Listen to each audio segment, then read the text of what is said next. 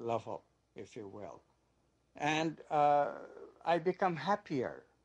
I really begin to participate in the whole movement. David Bohm's word comes to mind, holo movement. I become a participant of the total movement of consciousness, not just my individual, very solipsistic movements that I'm familiar with. So my whole looking worldview, my whole looking of reality, my worldview becomes different, much more alive. Instead of playing in a small pond, or to use the baseball jargon, in playing in a sandlot ball game, we play in the bigger arena of the world itself. We become a citizen of the universe. How about, this has always been confusing to me, how does social consciousness play into all this? If I can create my own reality and I'm creating you, are you creating me, or how do we end up creating each other? That's the whole point. So the social consciousness is basic of it, because the place from which I create, you and I become one.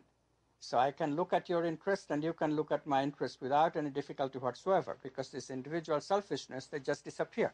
It's just an illusion. It doesn't exist at that level. But actually, when you analyze this, then it's a little bit more subtle. Why?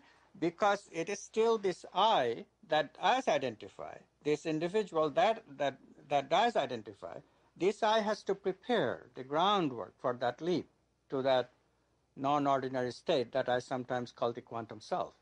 So this ego is important in that dance, in the sense that the ego has to prepare, and then when that leap occurs to the quantum self, and we have the great insight, the ego has to manifest that insight. So ego comes in at both manifestation stage and the preparation stage.